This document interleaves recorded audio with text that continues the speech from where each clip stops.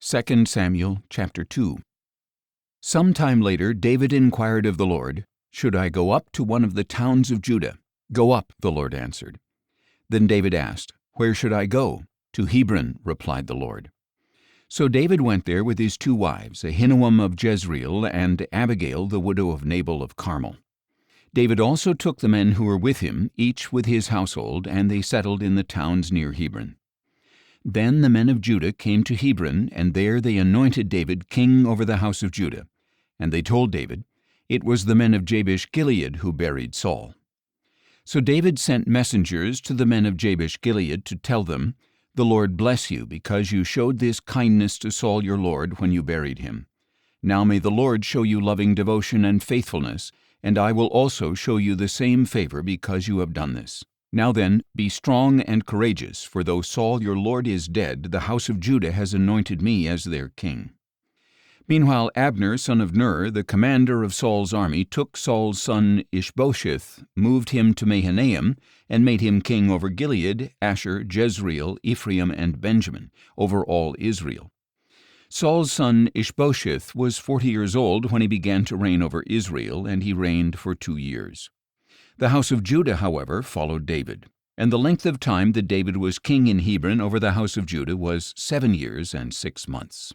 One day Abner son of Ner and the servants of Ishbosheth son of Saul marched out from Mahanaim to Gibeon. So Joab son of Zeruiah, along with the servants of David, marched out and met them by the pool of Gibeon, and the 2 camps took up positions on opposite sides of the pool. Then Abner said to Joab, "Let us have the young men get up and compete before us." "Let them get up," Joab replied. So they got up and were counted off, 12 for Benjamin and Ishbosheth son of Saul, and 12 for David. Then each man grabbed his opponent by the head and thrust his sword into his opponent's side, and they all fell together. So this place which is in Gibeon is called Helkath Hazurim. The battle that day was intense, and Abner and the men of Israel were defeated by the servants of David. The 3 sons of Zeruiah were there, Joab, Abishai, and Asahel. Now Asahel was fleet of foot like a wild gazelle, and he chased Abner, not turning to the right or to the left in his pursuit. And Abner glanced back and said, "Is that you, Asahel?" "It is," Asahel replied. So Abner told him, "Turn to your right or to your left, seize one of the young men, and take his equipment for yourself."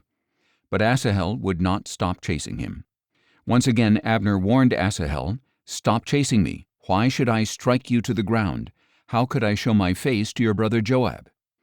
But Asahel refused to turn away, so Abner thrust the butt of his spear into his stomach, and it came out his back, and he fell dead on the spot. And every man paused when he came to the place where Asahel had fallen and died. But Joab and Abishai pursued Abner.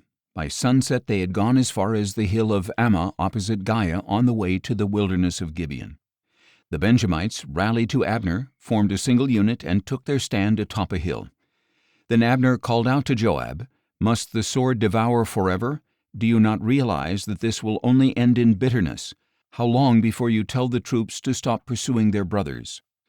"As surely as God lives," Joab replied, "if you had not spoken up, the troops would have continued pursuing their brothers until morning."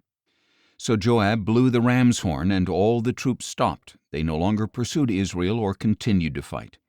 And all that night Abner and his men marched through the Arabah.